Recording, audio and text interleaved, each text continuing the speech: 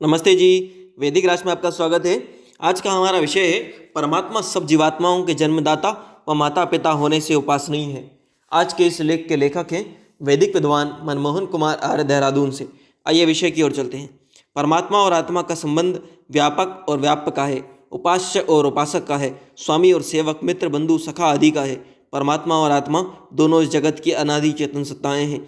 ईश्वर के अनेक कार्यों में जीवों के पाप पुण्यों का साक्षी होना, उन्हें उनके कर्मानुसार सुख और दुख रूपी भोग फल प्रदान करना, हमारा जो जन्म और मृत्यु होती है वह हमें परमात्मा से ही ईश्वरीय कर्म फल विधान और हमारे शरीर का जन्म और मृत्यु धर्मा होने के कारण से होती है। हम अपने किए हुए कर्मों को भूल जाते हैं, परंतु वह सभी कर्म ईश्वर के ज्ञान व स्मृति तब तक बने रहते हैं कि जब तक हम उनका भोग न कर लें। कर्म का फल भोग लेने के बाद ही उनका फल क्षय को प्राप्त होता है व नष्ट होता है। यह भी जानने योग्य तथ्य है कि हमारे सभी शुभ व पुण्य कर्मों का फल शुभ, अशुभ तथा पाप कर्मों का फल दुख होता है। कोई भी आत्मा व मनुष्य दुख को प्राप्त होना नहीं चाहता। इनसे बचने का उसके पास एक ही उपाय है, वह है अशुभ व पाप कर्मों को करना छोड़ दे। अशुभ कर्म असत्य के मार्ग पर चलना होता है। असत्य बोलना अधर्म पाप कहलाता है। असत्य का व्यवहार करने से मनुष्य का जीवन निरस और सुखों से रहित होता जाता है। इसके विपरीत सत्य को जानकर सत्य का व्यवहार करने से मनुष्य का जीवन और उसकी आत्मा उन्नति को प्राप्त होती है। उसे जीवन में सभी अभिलाषित सुखों और उद्देश्यों की प्राप्ति होती है। इसी कारण से हमारे प्राचीन ऋषियों ने आदिकाल में ही लोगों को शुभ व सत्य कर्मों के आचरण की प्रेरणा दी थी। सभी मनुष्य सुखी हों, स्वस्थ रहते हुए पूर्ण आयु को भोगें। इसके लिए हमारे ऋषियों ने वेद के आधार पर अनेक नियम बनाए हैं, जिनमें एक नियम गृहस्थी मनुष्यों का प्रतिदिन पंच महायज्ञों को करने का विधान है। इन पंच महायज्ञों को जानकर इनको करने से मनुष्य की आत्मा में उन्नति होने सहित उसके इष्ट लक्ष्यों की प्राप्ति होती है। अतः सभी मनुष्यों को पंच महायज्ञों को जानकर उनका सेवन करना चाहिए। इनकी महत्ता के कारण ही महाराज मनु ने आदिकाल में ही घोषणा की थी कि सभी मनुष्य पंच महायज्ञों को करें, और जो न करे उन्हें सभी द्विज के कार्यों से पृथक कर देना चाहिए। पंच महायज्ञों को करने से मनुष्य ईश्वर को प्राप्त होकर अपनी अविद्या व दुखों को दूर करने में सफल होता है। देवयज्ञ अग्निहोत्र से वायु और जल आदि की शुद्धि होने सहित ईश्वर की उपासना होती है।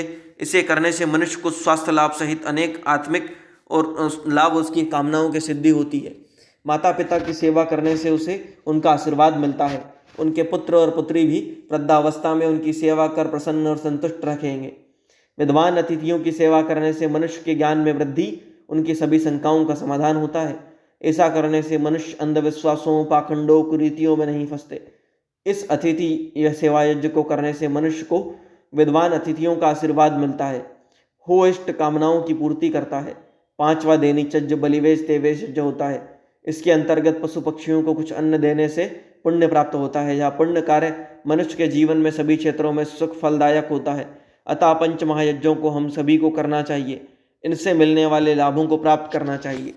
हम अपनी आँख से जिस संसार को देखते हैं, इसमें जड़ और चेतन दो पदार्थ होते हैं। संसार में कुल तीन ही पदार्थ हैं, ईश्वर, जीव, प्रकृति कहलाते हैं। ईश्वर सब जगत के ऐश्वर्य का स्वामी होने के साथ साथ ईश्वर कहलाता है। ईश्वर ने ही त्रिगुणात्मक कारण प्रकृति को कार्य सृष्टि में परिणित कर सभी जीवों को जन्म देकर, मरण देकर सुख और मोक्ष की प्राप्ति के अवसर दिए हैं।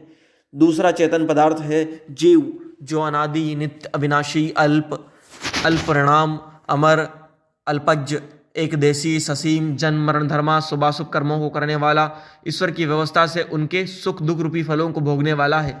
मनुष्य योनि में जीवात्मा का कर्तव्य है कि वह ईश्वरीय ज्ञान वेदों का अध्ययन करे और वेद विहित कर्तव्य कर्मों को करते हुए ईश्वर के ज्ञान को प्राप्त होकर उनके साक्षात्कार सहित सुख और मोक्ष आदि को प्राप्त होने में प्रयत्नशील रहे।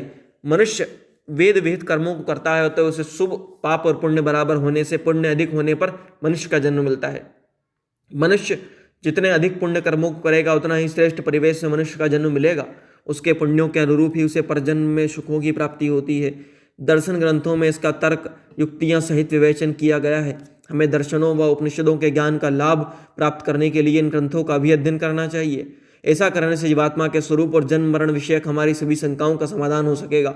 ईश्वर का सत्य स्वरूप भी वेद व वैदिक साहित्य से ही जाना जाता है। सत्य प्रकाश ग्रंथ वैदिक साहित्य का प्रमुख ग्रंथ है। इसके अध्ययन से जीवात्मा, परमात्मा, प्रकृति के सत्य स्वरूप का ज्ञान होता है। ईश्वर को एक दो वाक्य में जानना बताना हो तो आर्य समाज के दूसरे नियम का उपयोग कर उसे प्रस्तुत किया जा सकता है। नियम में ईश्वर क्या व कैसा है प्रश्न का उत्तर दिया गया है। नियम है ईश्वर सच्चिदानंद स्वरूप, निराकार, सर्वशक्तिमान, न्यायकारी, दयालु, अजन्मा, अनंत, निर्विकार, अनादि, अनुपम, सर्वाधार, सर्वेश्वर, सर्वव्यापक, सर्वंतर्यामी, अजर, अमर, अभय, नित्य, पवित्र सृष्टिकर्ता है, उसी की उपासना करनी चाहिए। हमें ईश्वर के स्वाध्याय, चिंतन, मनन, ध्यान, संध्या, उपासना के द्वारा ईश्वर के सभी सत्य स्वरूप को प्राप्त होना है। इसी सत्य स्वरूप को प्राप्त करना है। इसे प्राप्त कर लेने पर ही मनुष्य जीवन सफल होता है और मनुष्य जन्म मरण के बंधनों से छूटकर दीर्घकाल तक मोक्ष अवस्था को प्राप्त होता है हो सकता है। मोक्ष का वर्णन सत्यार्थ प्रकाश के नवम समुल्लास में हुआ है। इसका सभी को अध्ययन करना चाहिए। मोक्ष आनंद की अवस्था है जिसमें जीवात्मा 31 नील 10 खरब 40 अरब वर्षों के लिए जन्म और मरण के दुखों से छूट जाता है। यही हम सब जीवात्माओं का लक्ष्य है। हमें मोक्ष की प्राप्ति के पथ पर ही अपने जीवन को चलाने का प्रयत्न करना चाहिए। जिस प्रकार से ईश्वर, जीवात्मा, कारण और कार्य जगत, सृष्टि, वेद आदि सत्य हैं, उसी प्रकार से वेद ऋषियों के ग्रंथ में वर्णित मोक्ष से प्राप्त होने वाले सुखों की प्राप्ति का होना भी सत्य है। मोक्ष की अवस्था अनेक जन्म में पुण्य कर्मों का संचय और उनके सभी पाप कर्मों का भोग कर लेने पर प्राप्त होती है। सत्याचरण ही धर्म है, यही मोक्ष का मार्ग भी है। इसका सभी मनुष्यों को चिंतन करना चाहिए। सत्यार्थ प्रकाश ग्रंथ चिंतन मनन में सहायक होता है, जीवन की सभी शंकाओं और जानने योग्य विषयों का निर्णायक ज्ञान देता है। परमात्मा हमारा माता पिता आचार्य आदि है। उसने अपनी प्रजा जीवों के लिए ही इस संसार की रचना की और इसका पालन कर रहा है। इस कारण से वह हमारी माता और पिता दोनों है। वेद ज्ञान देने सहित ऋषियों व परमात्मा से परंपरा से हमें वेद ज्ञान उपलब्ध कराने, आत्मा में स्थिर रहकर हमें कर्तव्यों की प्रेरणा करने से वह हमारा आचार्य और गुरु भी है। हमें ईश्वर के साथ अपने इन संबंधों को जानकर उन्हें निभाना चाहिए। ईश्वर के समान ही उसके जैसा योग्य पुत्र शिष्य बनने का प्रयास करना चाहिए। हमें जन्म व मृत्यु को देखकर ना तो अधिक प्रसन्न होना है, ना ही अपनी और अपने प्रियजनों की मृत्यु को देखकर निराश और दुखी होना है।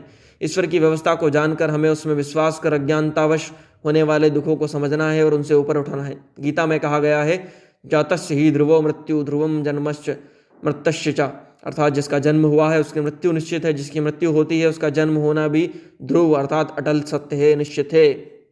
जन्म मरण का नियम हम सभी जीवों पर लागू होता है। सबके जीवन में जन्म और मृत्यु का समय अवश्य ही आना है। जब हमें पता है कि हमारी और हमारे सगे संबंधियों की सभी की मृत्यु होनी है, तो हम मृत्यु व आने वाले सभी क्लेश दुखी क्यों होना चाहिए उनसे। हमें जानना चाहिए कि मृत्यु के समय जीवात्मा शरीर से निकलकर ईश्वर की प्रेरणा से आकाश और वायुमंडल में रहता है।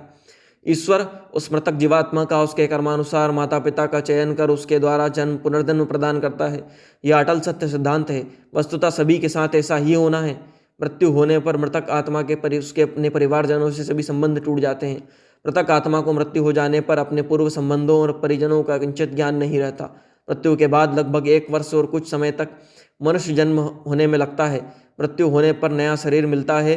पुराने शरीर के मस्तिष्क, मन, बुद्धि आदि अंग होते हैं, वह शरीर सहित नष्ट हो जाते हैं। पुराना शरीर छूट जाने पर नया शरीर जब मिलता है, जो 12 वर्ष तक बाल और किशोर अवस्था में रहता है, अतः पुनर्जन्म की स्मृतियाँ स्मृत हो जाती हैं और ऐसा होने मनुष्य के लिए लाभकारी भी होता है। योगियों को इनका साक्षात्कार होना संभव है। अतः जिन परिवारों में कभी वियोग की घटना हो, तो ईश्वर के इस जन्म पुनर्जन्म के व्यवस्था को विचार कर विषाद रहित रहना चाहिए। ईश्वर की उपासना और भक्ति में संलग्न रहना चाहिए। स्वाध्याय करने से भी प्रमाद नहीं करना चाहिए। दुख कितना भी बड़ा क्यों ना हो, वह कैसा भी हो, समय के साथ उसमें न्यूनता आती जाती है।